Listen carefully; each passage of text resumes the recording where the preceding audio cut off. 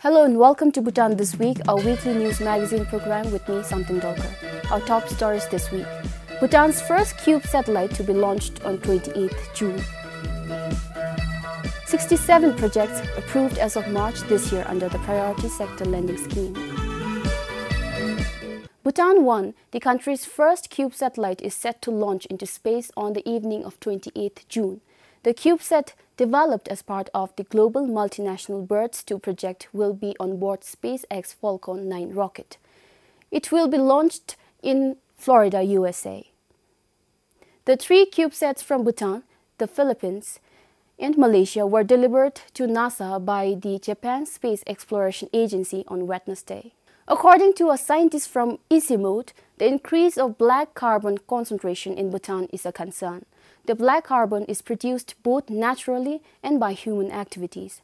Primary sources include emissions from diesel engines, cooking stoves, wood burning, and forest fires. In Bhutan, the increase in industries, import of diesel cars, and increasing forest fires are the major cause of black carbon concentration. It is dangerous to human health because of its tiny size. Respiratory and cardiovascular disease, cancer, and even birth defects are associated with it. It is the second largest contributor to climate change after carbon dioxide. It's not only the black carbon from within Bhutan, but it gets transported at 2,000 kilometers. Once it's emitted, it's in the atmosphere for several days, sometimes weeks, so it gets transported quite far. We did one study in Kathmandu, Nepal, where within one day we got the black carbon from Punjab in India. The black carbon directly absorbs the sunlight and affects the growth of crops.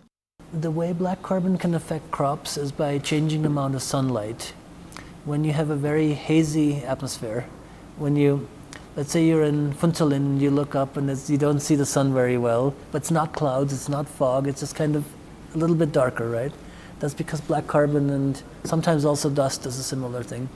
They're absorbing the sunlight. A climate observatory instrument stationed in Chelila was also inaugurated on Tuesday. The instrument will help in measuring the content of black carbon in the atmosphere. Such instruments are installed only in Nepal and Bhutan. The findings will help policymakers and relevant stakeholders to adopt measures to curb the production of black carbon. For Pema Thawang, Kilitem, PBS News. Poor dietary habit is the leading cause of anemia in the country as per the secondary analysis of the National Nutrition Survey 2015.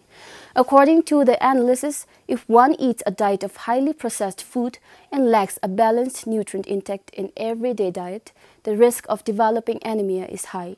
Eating a well-balanced diet is the best way to prevent anemia. Anemia is a medical condition in which there are not enough red blood cells. As indicated in the National Nutrition Survey 2015, the prevalence of anemia is 43% in children under 5 years, and anemia prevalence in women is 35%. Men are less vulnerable to the condition.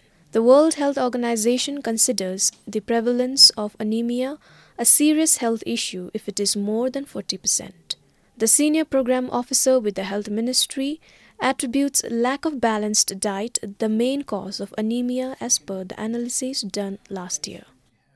Bhutanese in general, be it for children under 5 or for adult women, we do not have a diverse diet, meaning that our dietary habit basically includes only food groups that give either sugar, that is the carbohydrates, that is your rice or that is your potatoes, or small vegetables, but very less quantity or less amount of foods, especially meats that give a high iron content. So that's why both for children as well as for women, these iron content foods are very less. Anemia is an indicator of both poor nutrition and health.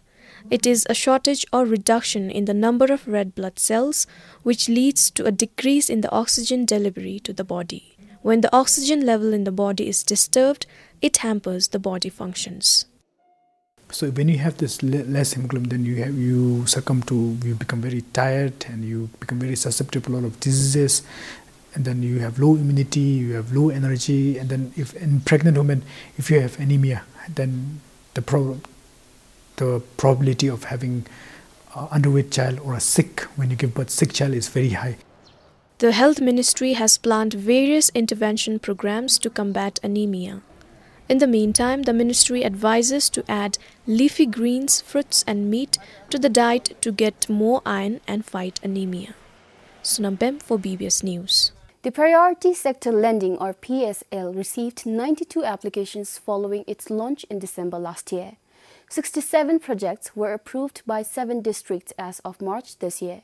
This is according to the Royal Monetary Authority's quarterly report released recently. 26-year-old Kila Galson from Kotaka in Ondiphodrang is the first person to receive loan from the Bhutan National Bank under PSL scheme. He is growing potatoes. He is optimistic about repaying his loan from his first potato harvest in September this year. Similarly, others have ventured into yogurt production and mushroom farming under the PSL loan schemes.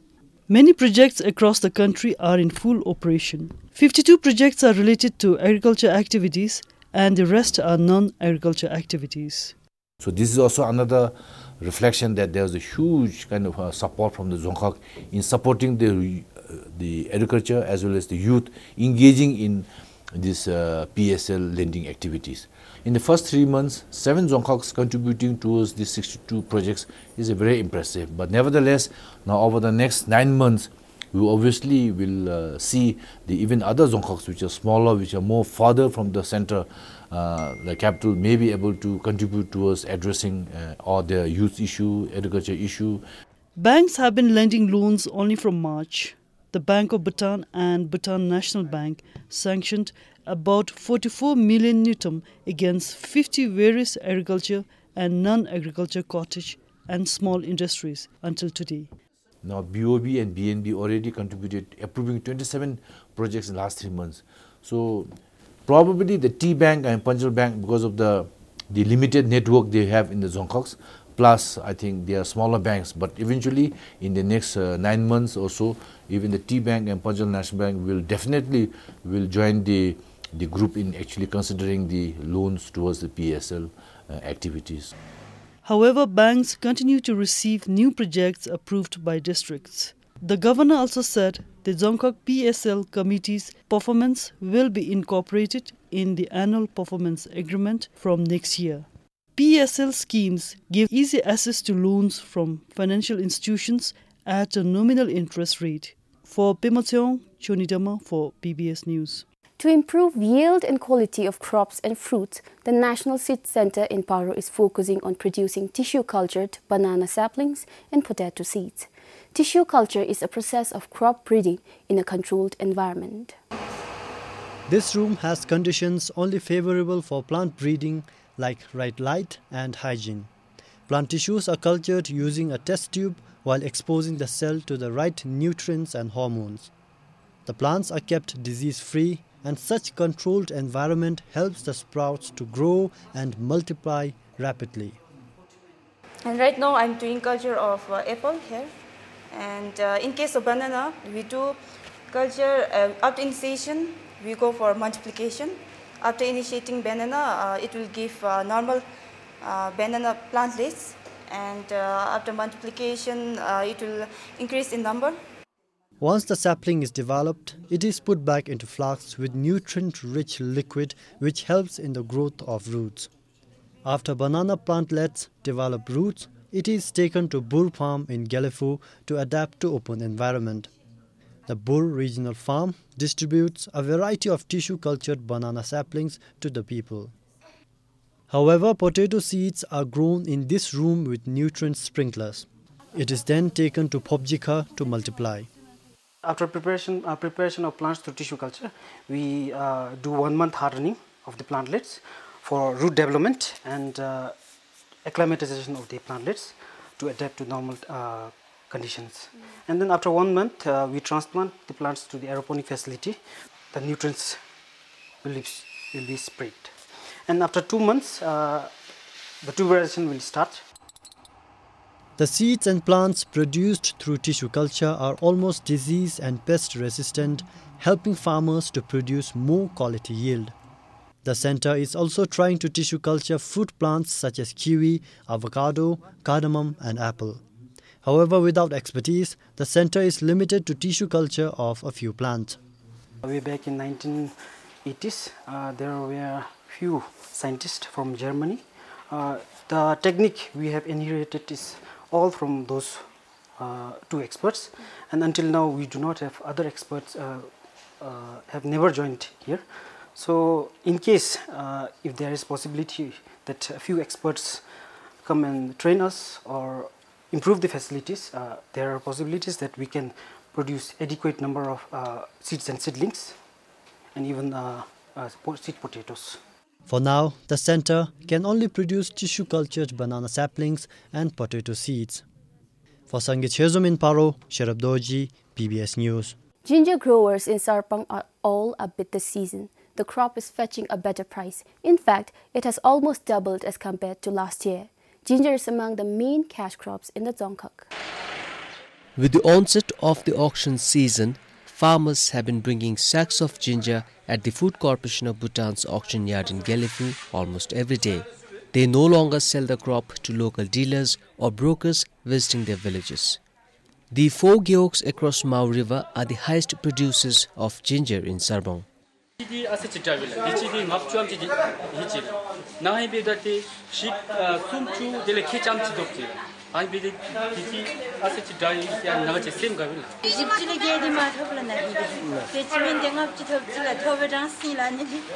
in charge of the auction yard, Bhutan This, said the demand for ginger has increased this time while the supply is limited. Last year, the FCB in Gyelephu auctioned 242 tons of ginger at an average rate of 13 itam per kilogram. Farmers from as far as Jamgang and Dagana also bring their agricultural produce at the Gyelephu auction yard. For Karmongdi in Gyelephu, Sonomongdi, PBS News. After a few sour years, orange cultivation may be near a comeback in Norbugang Gyeok of Pemagatul. Farmers have realized lack of orchard management as the reason behind the declining orange yield, and now they are doing the needful. Hopes have been renewed for the people of Norbugang. This time, the orange trees are growing healthier as compared to the past years. The Dzongkhag agriculture sector trained the farmers on citrus canopy management, which is an important aspect of citrus farming. It improves fruit production and quality.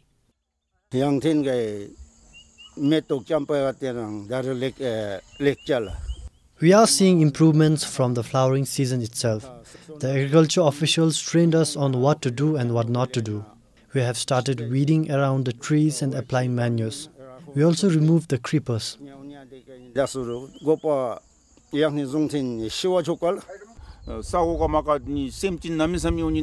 Thinking that growing orange would be better than other crops, we started its cultivation. However, after a few years, the trees started dying.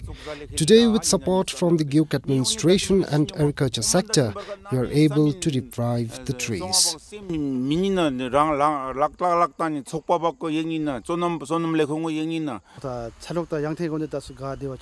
The agriculture officials advised us to remove the creepers from our orange trees.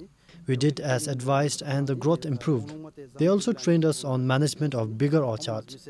If we follow what they taught us, we will not face the same problem again. While the farmers now hope to continue with the management practices, they are equally hopeful of undergoing more of such field training. Every household in Norbugang grows orange for cash, and for most of them, the annual return from its sale is over 100,000 gitam. For Chiledoji in Pemakasil, Sonomongdi, PBS News.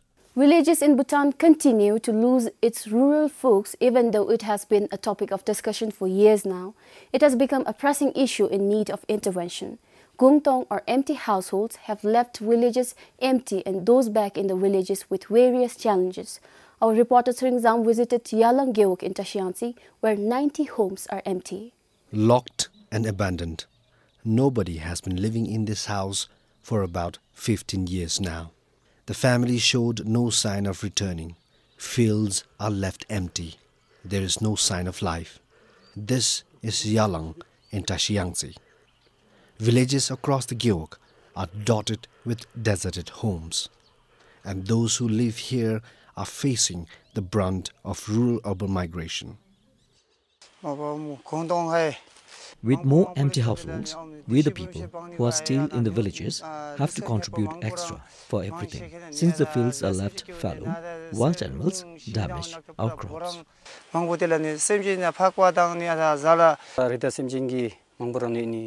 As there is human-wildlife conflict, we may not get to harvest our crops. One thing is, we do not have road connectivity. The land is fertile and we get seeds from the agriculture sector. We work hard, but we cannot earn much because there is no road.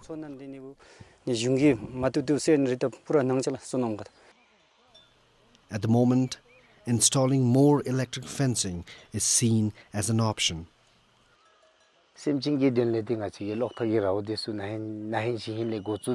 We installed electric fencing a few years ago, but this year we will cover more areas. Earlier, Gungtong was not an issue, but after the number increased, it became a problem since villages are in remote places. But locals are worried that more neighbors might leave for towns, which would further aggravate the problem.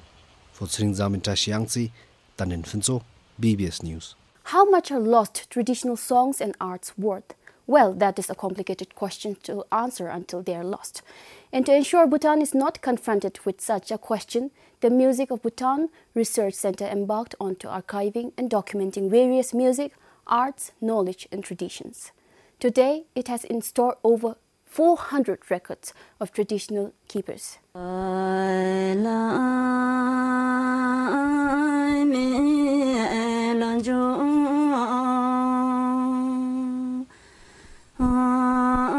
This is the archived video of the song Daga Lame Laju. It is a famous gem or choreographed vocal performance of Kebisa in Dagana. Although recorded, videos like this remind people of their rich cultural heritage, thanks to the Music Center.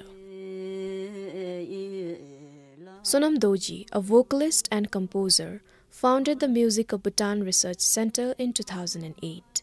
It records and archives musical traditions of the country's diverse regional, linguistic and ethnic groups. The center also documents the finest living master musicians in performance.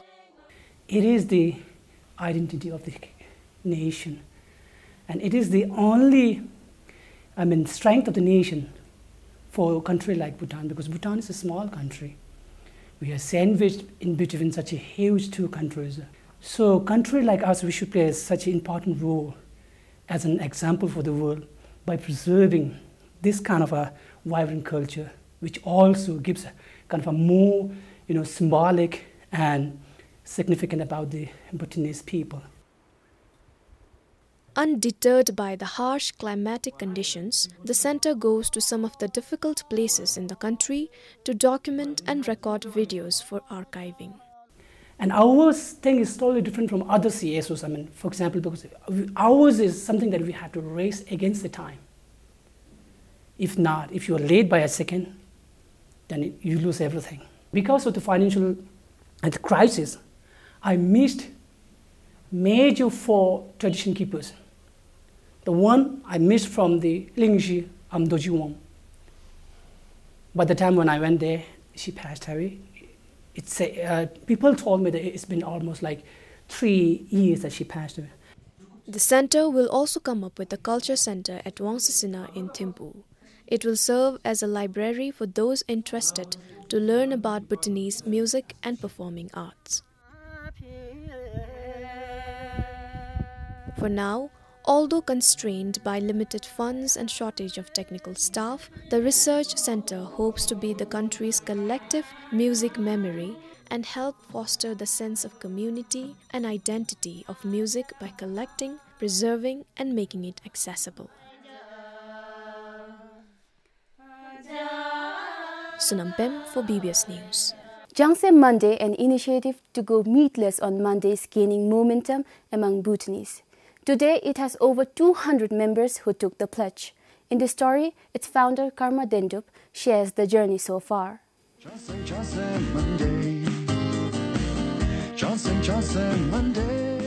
Peninsula. When I was working for the BBS, I went for a coverage of Buddhism and vegetarianism, which was jointly organized by the Jung Tratsang with collaboration with Gyökul Drukda, which is a volunteer organization of Gelwang Dokhampala. And during that coverage, I came to find out the health benefits, the environmental benefits, the animal welfare, the spiritual benefits of going meatless. And for me, it was, I couldn't find an argument for that. So I personally started observing Changsem Monday.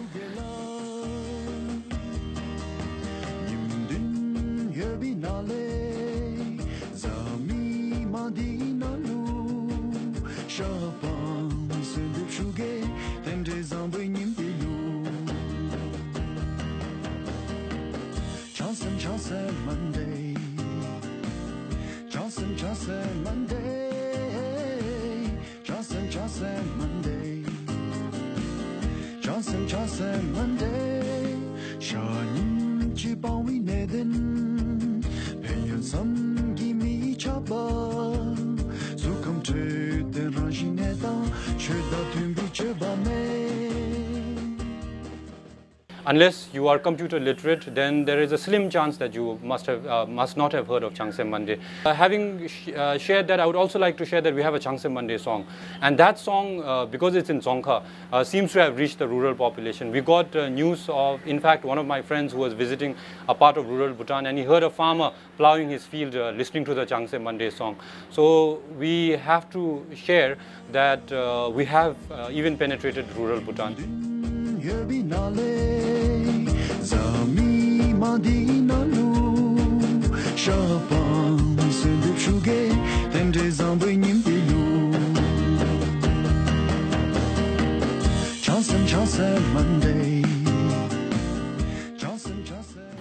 Even after we become a CSO, we want to keep the method of registering, the process of registering for Changsem Monday simple. All you have to do is inbox us a hi or a hello on Facebook or Instagram, and we'll take it from there.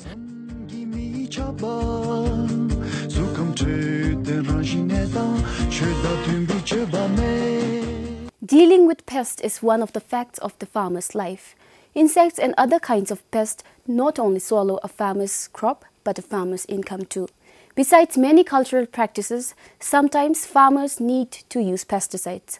Our reporter in Samdrup Jongkhar visited a village in Dewathang to tell a story of a farmer who makes his own pesticide by using locally grown plants.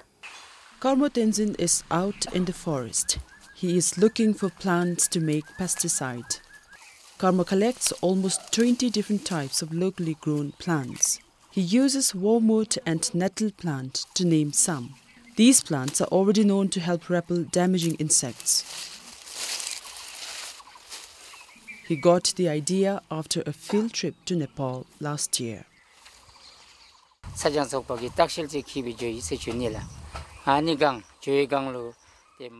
Jongkhar initiative took me for the field trip. Vegetable groups in Nepal who make their pesticides themselves taught me. We don't have to depend outside. Pesticide is right here if we know how to make it.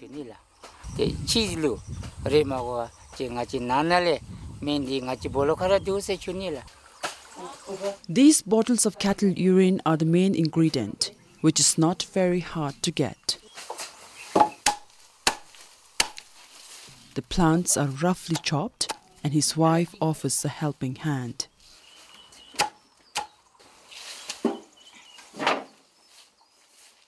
It is then mixed with cattle urine and little water.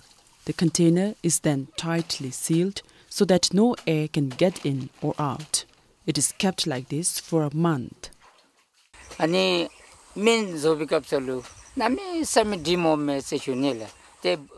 This locally made pesticide has very strong foul smell. Because of the smell, forget about insects. Even deer don't come to our vegetable gardens. And secondly, urine acts as a manure to grow vegetables well.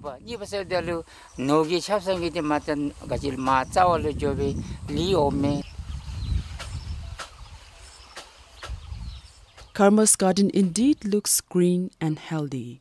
After 1 month, the pesticide is ready for use. Karma is the only one in Bongteri vegetable group who has the knowledge of making pesticide.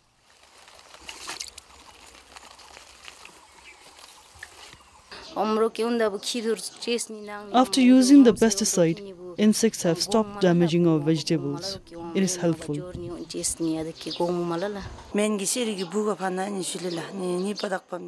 Insects are not a problem now. Pesticide prevents pests from attacking our vegetables, and cattle urine act as manure.